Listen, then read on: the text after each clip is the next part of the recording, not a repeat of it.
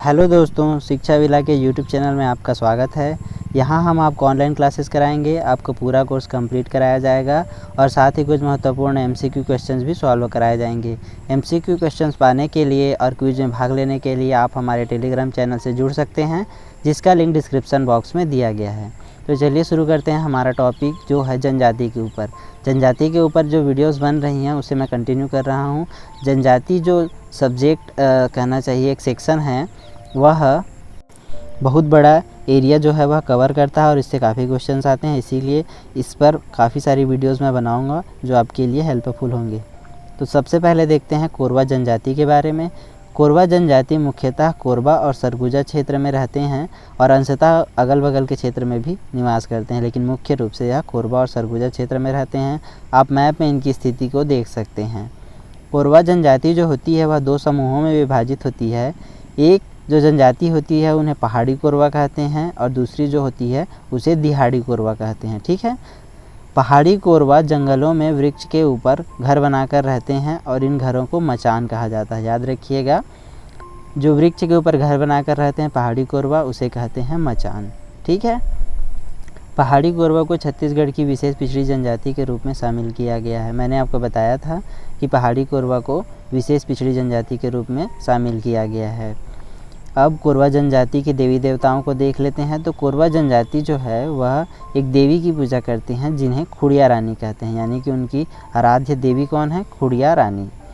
इसके बाद उनके नृत्य को देख लेते हैं। तो विवाह के समय वे एक भयानक और भय उत्पादक नृत्य करते हैं जिसे दमनच नृत्य कहा जाता है। तो याद रखिएगा, कोरवा जनजाति विवाह के समय जो नृत्य करते हैं उसे दमनच नृत्य कहते हैं। ठीक है, इसके बाद कोरवा जनजाति एक पेय पदार्थ का पान करते हैं जिन्हें हड़िया कहते हैं या हाड़िया कहते हैं। तो इनके पेय पदार्थ का नाम है हड़िया या हाड़िया।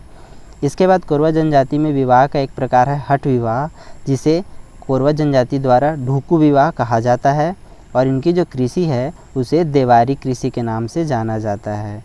कोरवा जनजाति जो है वह कृषि के दौरान विभिन्न प्रकार के पर्व मनाती है और इन पर्व में बीज बोहनी, कोरा पर्व और धेरसा पर्व होते हैं। यानी कि कृषि के दौरान ये 3 पर्व मनाते हैं, बीज बोहनी, कोरा और धेरसा। ठीक है, इसके बाद कोरवा जनजाति में जब किसी की मृत्यु हो जाती है तो मृत संस्कार जो होता है उसे नवाधानी कहा जाता है और क्रियाकर्म के समय खिलाए जाने वाले खाने को कुमारी भात के नाम से जाना जाता है। तो मृत संस्कार को नवाधानी और क्रियाकर्म के समय खिलाए जाने वाले भोज को कहते हैं कुमारी भात। ठीक है, अब देख लेते हैं पंडो जनजाति को।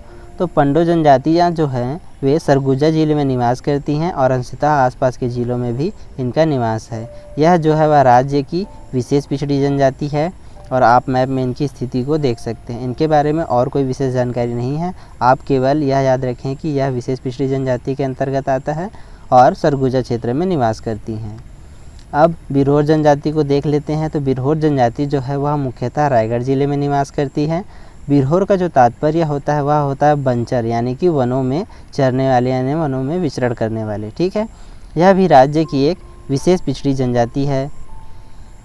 बिरहोर जनजाति के ऊपर एक मानव शास्त्री थे, एस.सी. रॉय। इन्होंने पुस्तक लिखी है द बिरहोर। तो याद रखिएगा, बिरहोर जनजाति के ऊपर एस.सी. रॉय ने पुस्तक लिखी है जिसका नाम है द बिरहोर। इसके बाद बिरहोर जनजाति में भी युवक और युवतियों को शिक्षा प्रदान करने, स्वरोजगार एवं समाज की परंपरा को बताने के लिए युवा गृह की परंपरा है और इस युवा गृह को गीतियोना कहा जाता है। तो याद रखिएगा, बिरहोर जनजाति में युवा गृह की जो परंपरा है, इस युवा गृह को गीतियोना कहा जाता है। ठीक है, अब देख लेते हैं हल्बा जनजाति या हलवा जनजाति को। हल्बा जनजाति का जो विस्तार है वह दक्षिण छत्तीसगढ़ में है, परंतु यह एक आर्य भाषा परिवार की जनजाति है। ठीक है, तो याद रखिएगा, इनका निवास भले ही दक्षिण छत्तीसगढ़ क्षेत्र यानी कि बस्तर संभाग में है, परंतु यह एक आर्य भाषा परिवार की जनजाति है। हल्बा जनजाति का जो विस्तार है वह विशेषतः बस्तर जिले, कोंडागांव जिले, कांकेर, बालोद और धमतरी जिले में है। आप मैप में इनकी स्थिति को देख सकते हैं। मैंने इसे ट्रांसपेरेंट कर दिया ताकि आप जिलों के सीमाओं को भी आसानी से देख सकें। हल्बा जो जनजाति होती है वह 3 समूहों में विभाजित हुई है। पहला है बस्तरिया, दूसरा है मरेठिया और तीसरा है छत्तीसगढ़ी। यानी कि बस्तर के जो क्षेत्र में रहते हैं वे अपने आप को बस्तरिया हल्बा कहते हैं, मध्य छत्तीसगढ़ में रहने वाले छत्तीसगढ़िया कहते हैं, और मराठा यानी कि महाराष्ट्र की ओर रहने वाले जो हल्बा जनजाति के लोग हैं वे अपने आप को मरेठिया कहते हैं। ठीक है, अब आगे देख लेते हैं कि हल्बी जनजाति जो है वह सादा जीवन व्यतीत करते हैं और इनका झुकाव कबीरपंथ की ओर है। हल्बा जो जनजाति है वह सामान्य लोगों की तरह अब घरों में रहते हैं, यानी कि इनका स्थायी निवास होता है या स्थायी कृषि कार्य करते हैं, और कबीरपंथ की ओर इनका झुकाव है। यानी ज़्यादातर जो जनजातियां हैं वे कबीरपंथ को धारण कर चुके हैं और अपनी संस्कृति से कहीं दूर हो चुके हैं। अब देख लेते हैं हल्बा जनजातियों के बारे में थोड़ी सी ऐतिहासिक जानकारी। तो हल्बा जो जनजाति है वह गोंड राजाओं के सहयोगी थे, इसलिए यह आर्थिक रूप से समृद्ध हैं। मतलब पहले जो बस्तर जो क्षेत्र था उसमें रियासत काल में और उससे भी पूर्व गोंड राजाओं का शासन था, और इनके जो सहयोगी थे वे हल्बा जनजाति के लोग थे, इसीलिए उनके साथ रहने के कारण इनकी आर्थिक स्थिति समृद्ध है। अगर आपसे प्रश्न पूछा जाए कि कौन सी जनजाति आर्थिक रूप से समृद्ध है तो इसका उत्तर होगा हल्बा जनजाति। ठीक है, और मैंने आपको बता दिया है कि हल्बा जनजाति जो है वह आर्य भाषा परिवार की जनजाति है। अब हल्बा जनजाति की संस्कृति को देख लेते हैं। तो हल्बा जनजाति द्वारा हल्बी भाषा में एक गीत गाया जाता है जिसे लेंजा गीत कहा जाता है। ठीक है, इसके बाद हल्बा जनजाति की महिलाओं द्वारा तीजा पर्व पर, तीजा आपको पता है भादों में होता है, तो तीजा पर्व पर रात को जाग कर सूपा, धनुष और घड़ा से एक यंत्र बना होता है जिसे धनकुल कहा जाता है। तो याद रखिएगा, हल्बा जनजाति की महिलाओं द्वारा तीजा पर्व पर धनकुल वाद्य यंत्र बजाया जाता है। इसके अलावा ये बाली पर्व त्यौहार भी मनाते हैं। तो हल्बा जनजाति जो है वो और कौन से त्यौहार मनाते हैं? बाली पर्व। ठीक है, अब एक प्रश्न आया था कि छत्तीसगढ़ के जनजातियों की भाषा कौन सी है? तो दक्षिण छत्तीसगढ़ के अधिकांश जो जनजातियां हैं वे गोंड जनजाति की ही उपजातियां हैं। तो आपको लगेगा कि जनजातियों की जो भाषा होगी वह गोंडी होगी, पर वास्तव में छत्तीसगढ़ की जनजातियों की भाषा जो है वह हल्बी है। याद रखिएगा, जनजातियों की जो भाषा है वह हल्बी है। ठीक है, इसके बाद देख लेते हैं परजा और धुरवा जनजाति को। परजा जो जनजाति है वह पहले थी और अब वह धुरवा जनजाति में परिवर्तित हो रही है, यानी कि वे जो है वे अपने आप को धुरवा कहने लगे हैं। इनका जो विस्तार है वह बस्तर जिला, दंतेवाड़ा जिला और सुकमा जिले में है। मैप में आप इनकी स्थितियों को और इनके निवास स्थान को देख सकते हैं। परजा जनजाति में भी युवा गृह की परंपरा है और इनके युवा गृह को धांगा बक्सर कहा जाता है। तो याद रखिएगा, परजा जनजाति के युवा गृह को कहा जाता है धांगा बक्सर।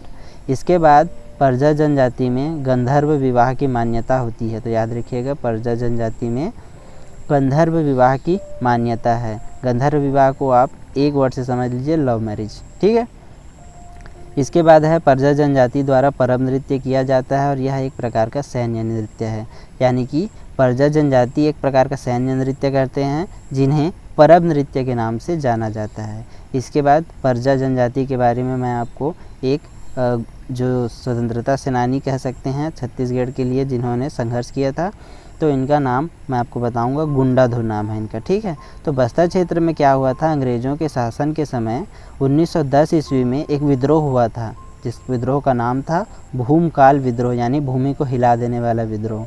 और इसके जो नेता थे वे थे गुंडाधुर, और गुंडाधुर जो थे वे परजा धुरवा जनजाति के ही थे। ठीक है, तो याद रखिएगा, गुंडाधुर जो है वे धुरवा परजा जनजाति के थे। और 1910 ईस्वी में कौन सा विद्रोह हुआ था? भूमकाल विद्रोह। ठीक है, इसके बाद सौता जनजाति को देख लेते हैं। सौता जनजाति जो है वह कम संख्या में रहती है और कोरबा के कटघोरा तहसील में निवास करती है। ठीक है, इनके जो देवता होते हैं उन्हें बालक लोढ़ा देव देवता कहते हैं। यह नाम जो है वह उतना इम्पोर्टेंट नहीं है, बस आप यह याद रखिएगा कि सौता जनजाति जो है वह कोरबा ज़िले के कटघोरा तहसील में निवास करती है। ठीक है, इसी के साथ आज का हमारा टॉपिक समाप्त करते हैं। अगर आपको हमारी वीडियो अच्छी लगी तो हमारे वीडियो को लाइक कीजिए, शेयर कीजिए और हमारे चैनल को सब्सक्राइब करके नोटिफिकेशन पाने के लिए बेल का आइकन ज़रूर दबाएं। Thank you.